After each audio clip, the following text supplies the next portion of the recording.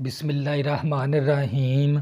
बच्चों, मैंने ना 9th क्लास की फ़िज़िक्स स्टार्ट की हुई है और मैंने पहले 2 चैप्टरों के आप लोगों को अहम अहम मुख्तसर सवालात भी बता दिए फ़िज़िक्स के, और अहम अहम लॉन्ग क्वेश्चन भी बता दिए, और अहम अहम मैंने न्यूमेरिकल भी आप लोगों को बता दिए हैं। बच्चों, आज हम करेंगे चैप्टर नंबर 3 के अहम मुख्तसर सवालात। और बच्चों, ये जो उनसे अहम मुख्तसर सवालात, ये वो सवालात हैं जो बार बार पेपरों में आए हुए हैं, और ये काफ़ी बार पेपरों में आए हुए हैं। ये लाजमी तैयार करने हैं। अगर आपकी फ़िज़िक्स की 9th क्लास की फ़िज़िक्स की तैयारी नहीं ना है, तो ये लाजमी आप लोगों ने तैयार करने हैं। तो बच्चों, सबसे पहले हमारे पास चैप्टर नंबर 3 का पहला क्वेश्चन है, इनर्शिया का कानून लिखें। तो बच्चों, ये काफ़ी बार पेपरों में आ चुका है, लाजमी तैयार करिएगा। इनर्शिया किसी भी जिस्म की वो खसूसियत है जिसकी वजह से जिस्म अपनी रेस्ट की हालत या सीधी लाइन में मोशन की हालत में तब्दीली की मज़ाहमत करता है। तो ये कहलाता है इनर्शिया। इसके बाद आगे बच्चों, फ्रैक्शन की तारीफ, ये काफ़ी बार पेपरों में आ चुकी है, लाजमी तैयार करिएगा। वो फोर्स जो मोशन की मुखालफत करती है वो फ्रैक्शन कहलाती है। तो बच्चों, लाजमी तैयार करिएगा। बच्चों, इसके बाद आ गया न्यूटन के ना 3 कवानीन है। न्यूटन का पहला कानून, न्यूटन का दूसरा कानून, और न्यूटन का तीसरा कानून। ये तीनों कानून आप लोगों ने लाजमी तैयार करने हैं, और ये काफ़ी बार पेपरों में आए हुए हैं। तो सबसे पहले हम करेंगे न्यूटन के मोशन के पहले कवानीन को बयान करें। लाजमी तैयार करिएगा। एक जिस्म अपनी रेस्ट या सीधी लाइन में मोशन की हालत को जारी रखता है। इस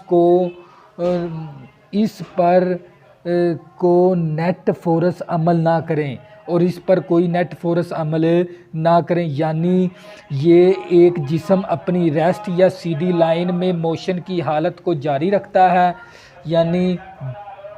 यानी एक जिस्म अपनी रेस्ट या सीधी लाइन में मोशन की हालत को जारी रखता है और इस पर कोई नेट फोर्स अमल ना करे, तो ये न्यूटन का पहला कानून कहलाता है। इसके बाद आ गया बच्चों हमारे पास न्यूटन का दूसरा कानून।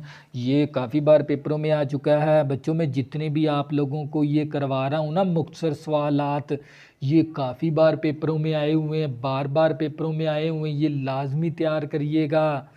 जब किसी जिस्म पर एक नेट फोर्स अमल करती है तो इस जिस्म पर तवज्जो करिएगा।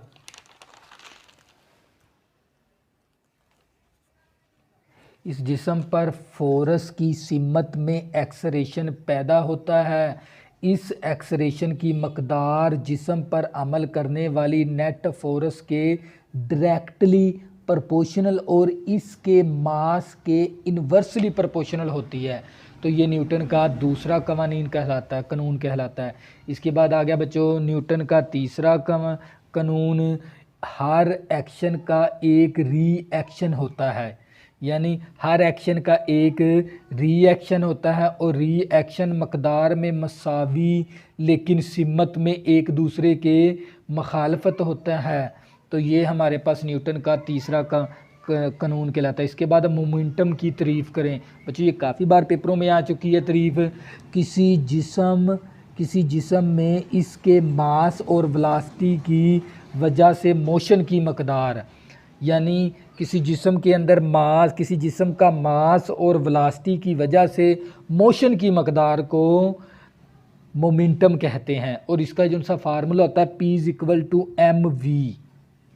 तो बच्चों, इसके बाद ये भी काफ़ी मोस्ट इम्पोर्टेंट, मोमेंटम के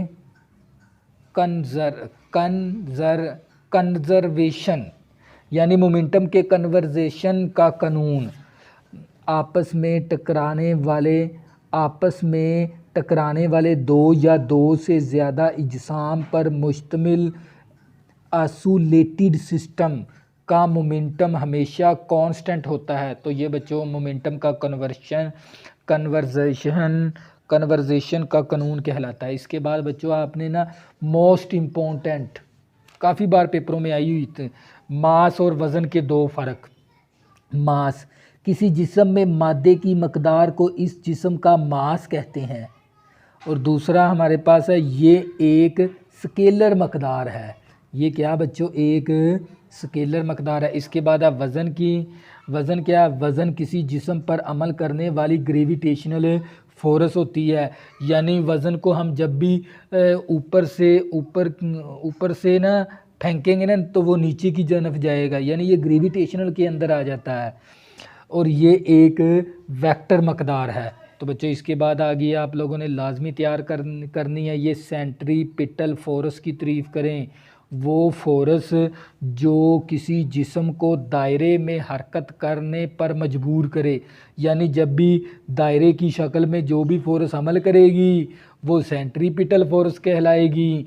और इसका जो सा फार्मूला होता है FC से मुराद होता है सेंट्रीपिटल, MV का स्क्वायर बटा R। तो बच्चे ये लाजमी तैयार करिएगा। इसके बाद आ गई हमारे पास सेंट्रीफ्यूगल फोर्स की तारीफ, काफ़ी बार पेपरों में आई हुई है। सेंट्रीपिटल फोर्स का रिएक्शन भी मौजूद होता है। ये सेंट्रीपिटल रिएक्शन जो डोरी को बाहर की तरफ खींचता है वो सेंट्रीफ्यूगल फोर्स कहलाता है। तो बच्चों ये लाजमी तैयार करिएगा, काफ़ी बार पेपरों में आई हुई है। इसके बाद है फोर्स के यूनिट या न्यूटन की तारीफ़ करें। तो बच्चों लाजमी तैयार करिएगा, फोर्स का यूनिट यानी फोर्स के यूनिट की तारीफ़ करनी है, या वो पूछ सकता है न्यूटन की तारीफ़ करें। फोर्स का यूनिट न्यूटन है। एक न्यूटन वो फोर्स है जो 1 किलोग्राम मास वाले जिस्म में 1 मीटर पर सेकंड स्क्वायर का एक्सेलरेशन अपनी ही सिमत में पैदा करती है। तो वो हमारे पास न्यूटन का कानून कहलाता है, न्यूटन कहलाता है। इसके बाद बच्चों आप लोगों को पता होना चाहिए फ्रैक्शन को कम करने के 2 तरीके, स्लाइडिंग सतहों को पॉलिश किया जाता है और स्लाइडिंग सतहों के दरमियान तेल या ग्रीस वगैरह इस्तेमाल किया जाता है, तो इससे फ्रैक्शन कम हो जाती है। तो बच्चों इसके बाद आ गया आप लोगों की तारीफ, वेरी वेरी इंपॉर्टेंट, काफ़ी बार पेपरों में आई हुई, बैंकिंग ऑफ रोड क्या है। बैंकिंग का मतलब है कि सड़क के बैरूनी किनारे को ऊंचा करना, यानी जब भी हम सड़क के किनारे को ऊंचा कर देंगे तो वो कहलाएगा बैंकिंग ऑफ रोड। तो बच्चों इसके बाद फ्रैक्शन के 2 फ़ायदे तहरीर करें। फ्रैक्शन की वजह से हम ज़मीन पर चल सकते हैं, और दूसरी हमारे पास अगर फ्रैक्शन ना हो तो हम लिख भी नहीं सकते। तो बच्चों इसके बाद आ गया हमारे पास मोस्ट इम्पॉर्टेंट स्लाइडिंग फ्रैक्शन और रोलिंग फ्रैक्शन, काफ़ी बार पेपरों में आई हुई है, लाजमी तैयार करिएगा। बच्चों मैंने जितनी भी आप लोगों को ये तारीफ़ें बताई हैं ना, ये बार बार पेपरों में आई हुई हैं, ये लाजमी आप लोगों ने तैयार करनी है, तो इसी में से पेपर आएगा इंशाल्लाह। आपस में 2 स्लाइड करने वाली सतहों के दरमियान फ्रैक्शन स्लाइडिंग फ्रैक्शन कहलाती है। इसके बाद रोलिंग फ्रैक्शन आ गई। रोलिंग फ्रैक्शन वो फोर्स है जो रोल करने वाले जिस्म और इस सतह जिस पर वो रोलिंग कर रहा हो के दरमियान अमल करती है, तो वो हमारे पास रोलिंग फोर्स कहलाती है। इसके बाद बच्चों हमारे पास आगे तफसीली सवालात, ये तफसीली सवालात आप लोगों ने लाजमी तैयार करने हैं, सिर्फ ये 3 सवाल हैं, तो इंशाल्लाह इसमें से एक लाजमी आ जाएगा। न्यूटन का दूसरा कानून और नेज़ साबित करें F=ma।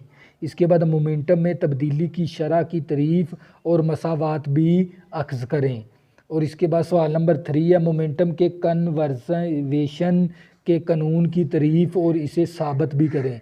इसके बाद बच्चों ये 3 न्यूमेरिकल मश्क में से आपने लाजमी तैयार करने हैं, 3.5 और 3.8 और 3.10। और आप लोगों को पता होना चाहिए मैंने 9th क्लास के फ़िज़िक्स के न्यूमेरिकल है ना, चैप्टर नंबर 1 से लेकर चैप्टर नंबर 9 तक तमाम चैप्टरों के मैंने एक न्यूमेरिकल अपने YouTube चैनल के ऊपर कंप्लीट करवाए हुए हैं कंसेप्ट के साथ। तो आपने ये तीनों न्यूमेरिकल मेरे YouTube चैनल से देख लेने हैं। तो बच्चों अगर आपने अभी तक मेरे चैनल को सब्सक्राइब नहीं किया, प्लीज़ इसको सब्सक्राइब कर लें ताकि आने वाली न्यू वीडियो आपको आसानी के साथ मिल सकें। अल्लाह हाफ़िज़, दुआओं में ज़रूर याद रखना।